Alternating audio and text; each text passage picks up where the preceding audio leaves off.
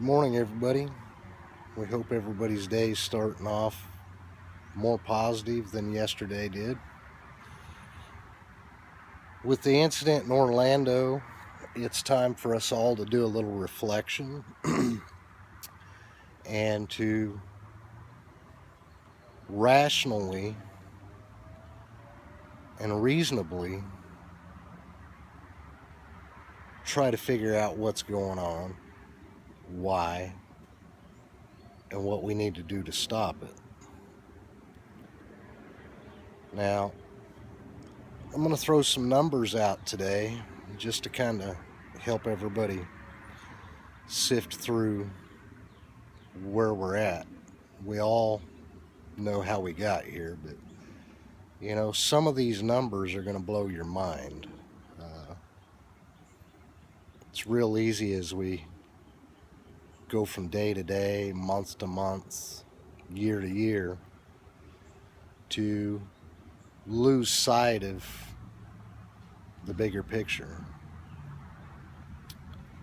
So I'm going to throw some numbers out to you. The USA and its partners and allies have used the 9/11/2001 incident to justify or rationalize 5,390 days or 14 years, 9 months, and 3 days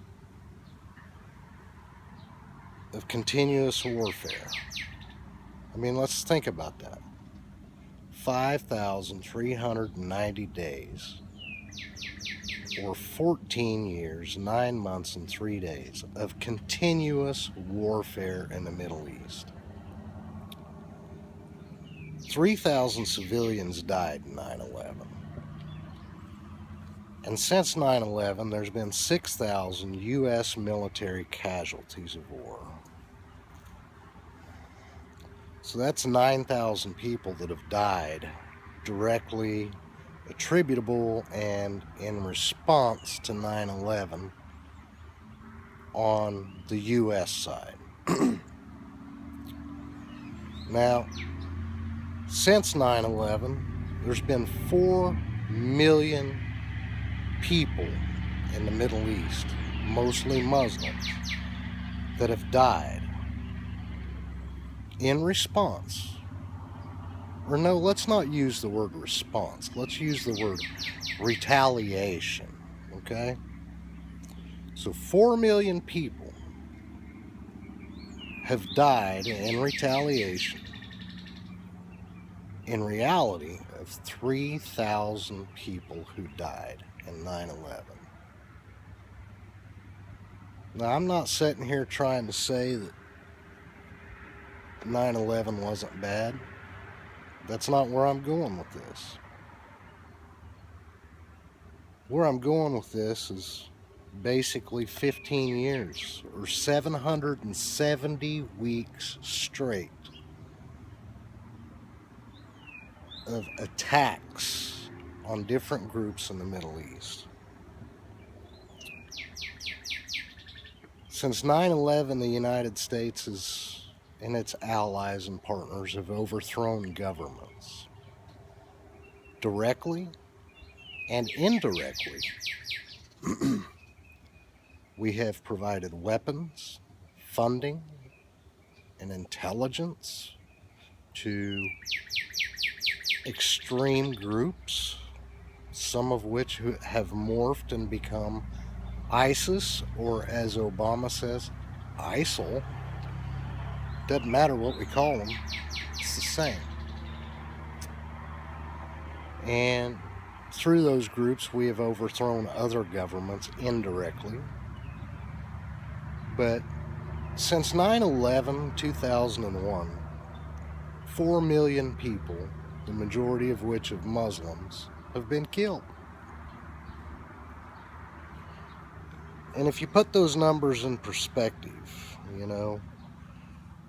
if you even want to add the military casualties in there, that's 445 Muslims to one U.S. casualty. That's a lot. 445 to 1. That's a lot. Now, to put that in perspective, let's take the military casualties for the U.S. out of that. Because after all, if you go to war, casualties are to be expected.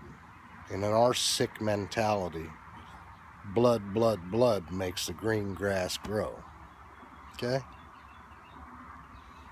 So let's just use civilians.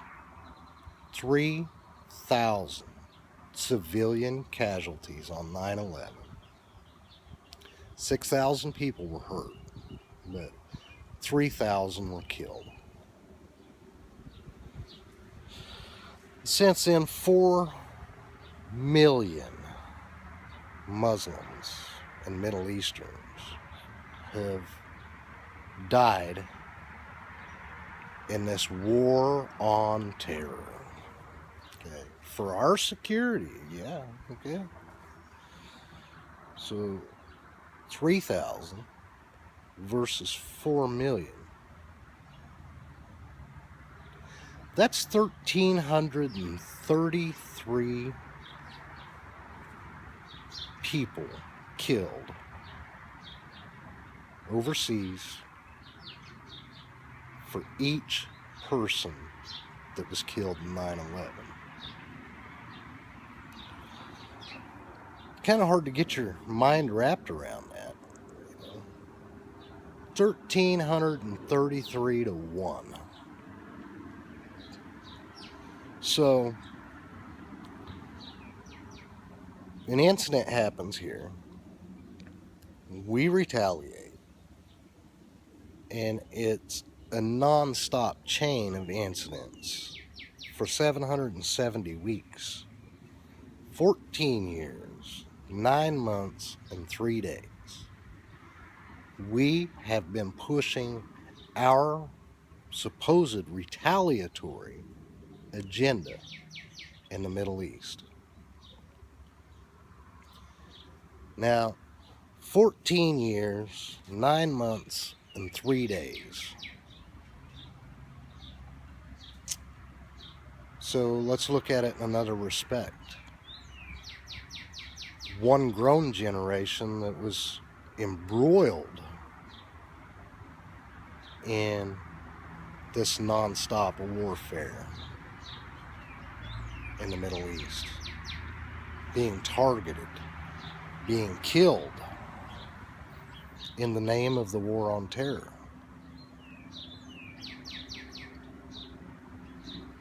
Now, the children of them grown men have grown up and been immersed in warfare for 14 years, 9 months, and 3 days.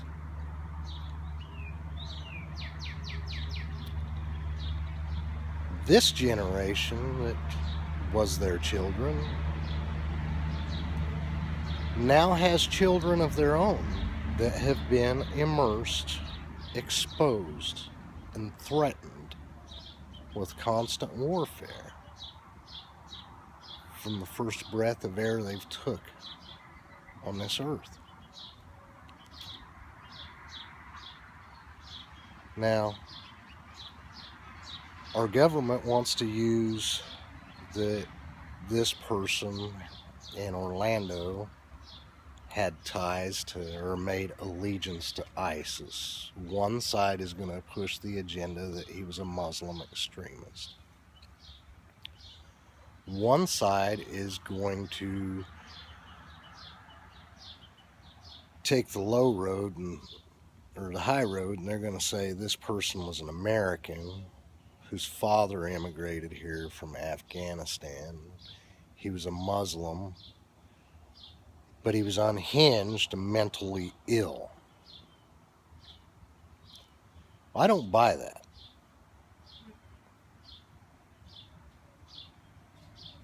I buy that he was angry. And I buy that most of the Muslim world is very angry. It's obvious.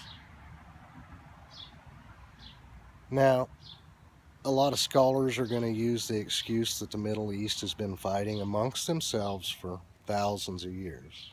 It's very true. But for hundreds of years, people have been trying to push imperialist and Christian values and to manipulate and monopolize off the assets and resources and the people of the Middle East. That hasn't helped. 9/11 has been nothing more than an excuse for nonstop war. War creates an economy of itself, and currencies have value and blood has value. And in times of war, blood is the currency of war. And as people, we have got to step back and look at what's happened and look how we've got here. And the young man that pulled the Orlando incident may have been a lone wolf, may have had others supporting him. But the point I want to bring out is we got to use some common sense. I mean, person was angry, and did they have a reason to be angry?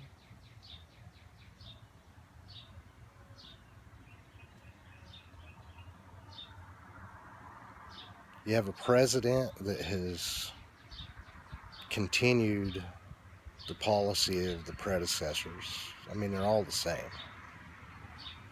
Pull people out, put people in. Drone strikes. Drone strikes are awesome because we can kill people and we don't have to see them. We don't have to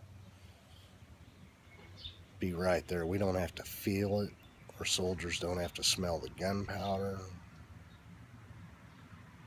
And we can do it all from a safe distance. And what we're seeing is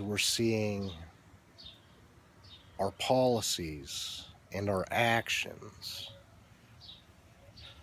have come full circle, and they're coming back to haunt us as people and bite us in the ass as people. And I'm going to use a very simple analogy here that I think most Americans can get. If we spent 14 years, 9 months, and 3 days militarily attacking Mexico, attacking them militarily, economically, and killed 4 million Mexicans, it would be pretty safe to say or assume that we would have lifetime Mexican residents of the United States, as well as Mexican expatriates, which would be immigrants here, that would be extremely pissed off. And it would be safe to say that anyone that had Mexican heritage would be attacking in the easiest ways they could, and to inflict damage the easiest way they could.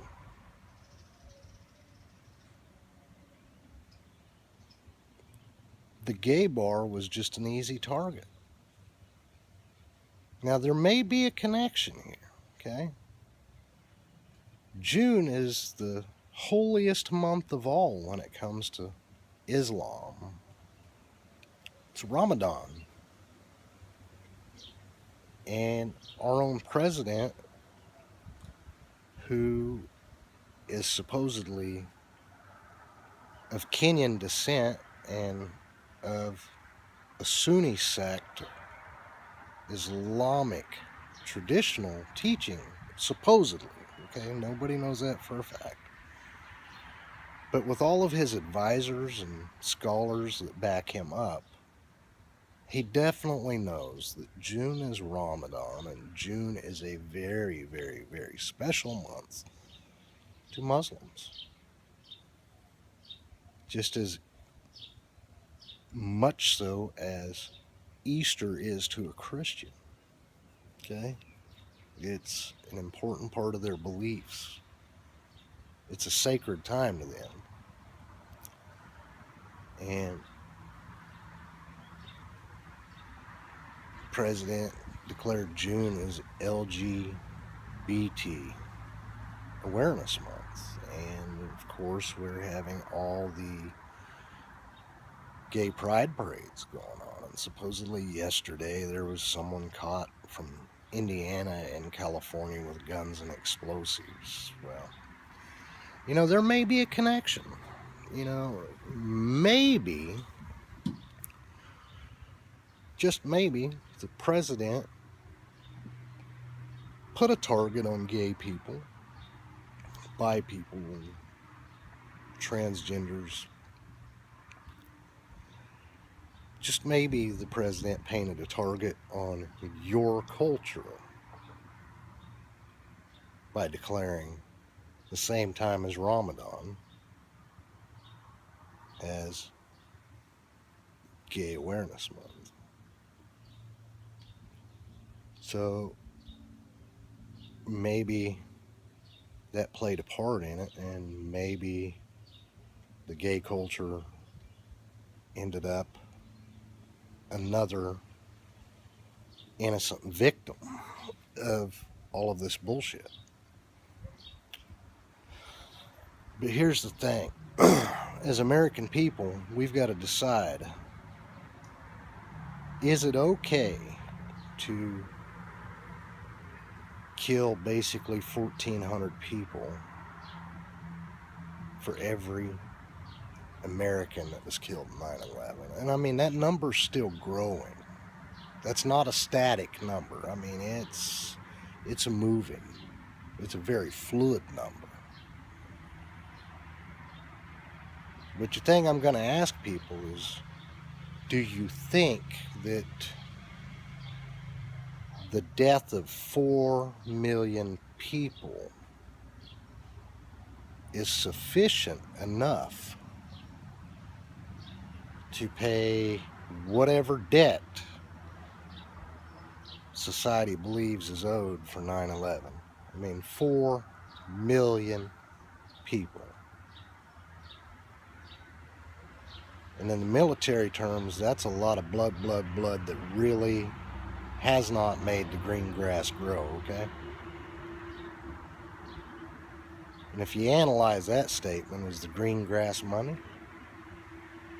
the military-industrial complex is money, okay? But we really got to stop and think. We can't blame this on just the Bush administration for getting wrapped up in this. It goes back way before that, and it's gone on ever since that. I mean, Clinton's instigated a lot of shit and failed to act on a lot of shit. Bush continued and then decided to act and took it to the extreme. Obama has claimed to be taking a passive approach, but it really hasn't. It's exacerbated the situation and made it worse. So we've had, 8 years of Obama. So my point is when do we as people say enough is enough, okay?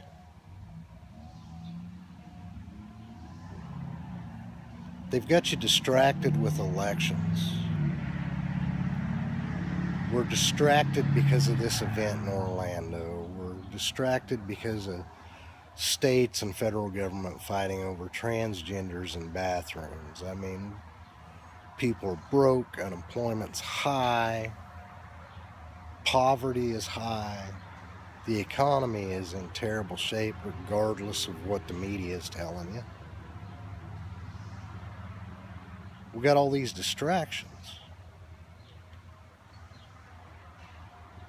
But are we as a country starting to reap from the seeds that we've sown in the Middle East?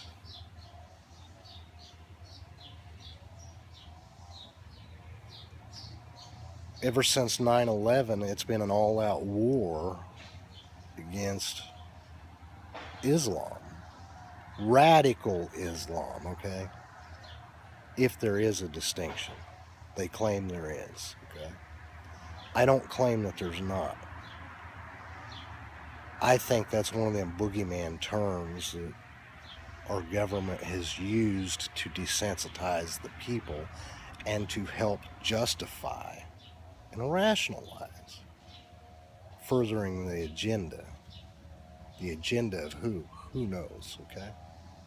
You can't blame Democrat. You can't blame Republican. They both caused it. Neither one of them is going to prevent it. Neither one of them can stop it.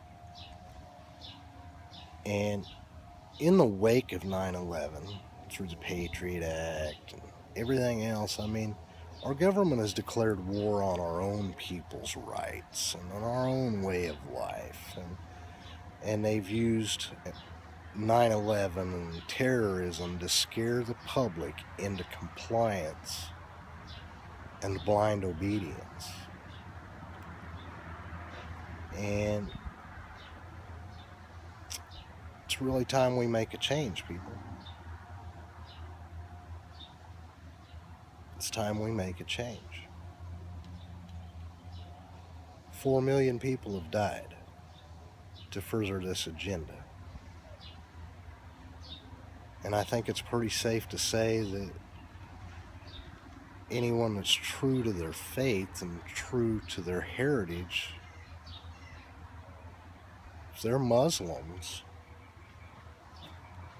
there's going to be a very large percentage that's angry.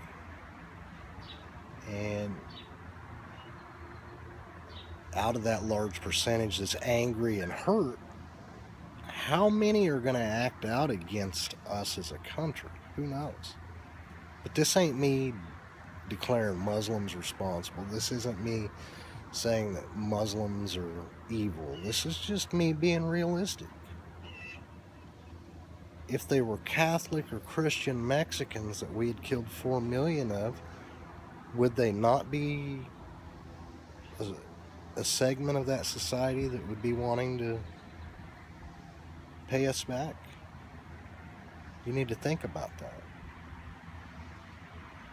4 million. 4 million reasons to end all of the bullshit. 4 million. So, put this in perspective. It's like America raising hell about the kid that got 3 months in jail for raping the girl behind the dumpster. Yeah, that is fucked up. But the other alternative is to look at it in this respect. If you took his punishment to the extreme and went and killed him and 1,332 other people that he didn't even know, all in response for his actions. Chew on that for a little bit. The mentality that allows that to happen is messed up. Have a great day.